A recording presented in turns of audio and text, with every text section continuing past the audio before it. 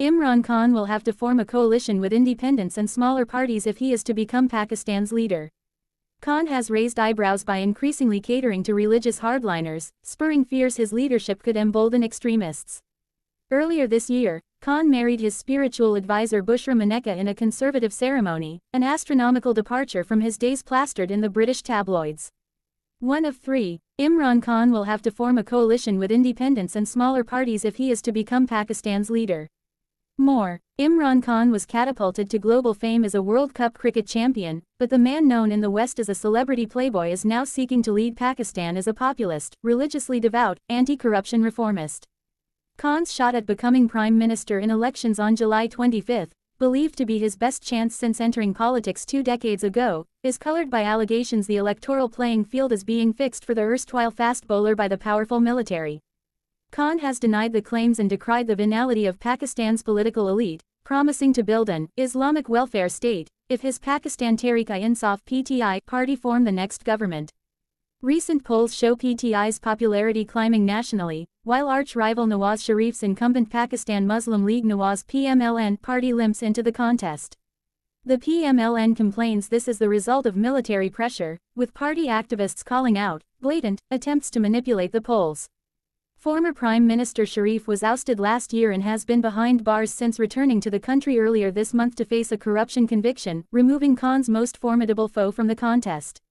In contrast, Khan has cut a relaxed image on the campaign trail, looking increasingly confident of his chances.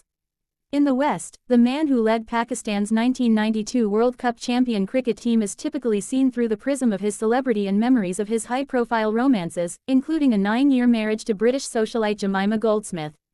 Back home, the thrice-married 65-year-old cuts a more conservative persona as a devout Muslim, often carrying prayer beads and nurturing beliefs in living saints. Earlier this year, he married his spiritual advisor Bushra Maneka, with wedding photos showing the new bride clad in an ultra-conservative veil, an astronomical departure from his days plastered in the British tabloids. And just last month he roused the ire of women after saying feminism has degraded the role of a mother. Khan is also described as impulsive and brash, too tolerant of militancy and fostering close links to Islamists, amid speculation over his ties to Pakistan's military establishment. But to his legions of fans, he is uncorrupted and generous, spending his years off the pitch building hospitals and a university.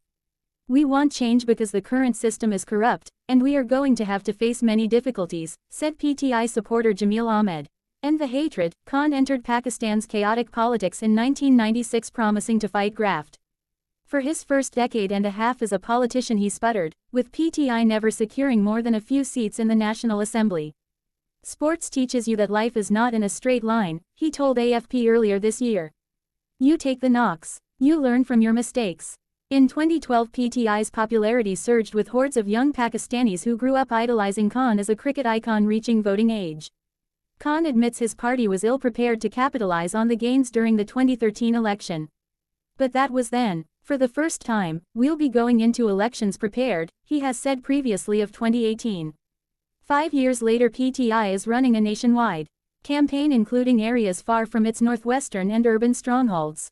To shore up its chances of winning, PTI has begun luring candidates away from Sharif's party, stirring controversy among longtime party loyalists who say Khan is relying on the same corrupt politicians he once denounced. Some fear Khan's mercurial nature is unsuited to being prime minister.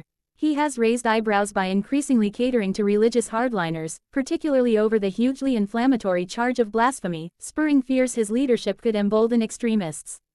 "It's hard to judge anyone when they're in opposition because the real challenge is when you take over," said journalist Arifa Noor. On the downside, he's playing up the religion card. Khan has also been attacked for his repeated calls to hold talks with militants and for his party's alliance with Sami ul-Haq, the so-called father of the Taliban whose madrasas once educated Taliban stalwarts Mullah Omar and Jalaluddin Haqqani. And earlier this month, the al-Qaeda-linked Harkat al-Mujahideen announced their support for Khan's party, with pictures of the US-designated terrorist group's leader posing with PTI hopefuls posted online. Still, many, including Khan, believe this is the best political opportunity he will ever have. After the 25th of July, "God willing, we will reunite this divided nation," he said during a rally in Lahore days before the polls. "And end the hatred.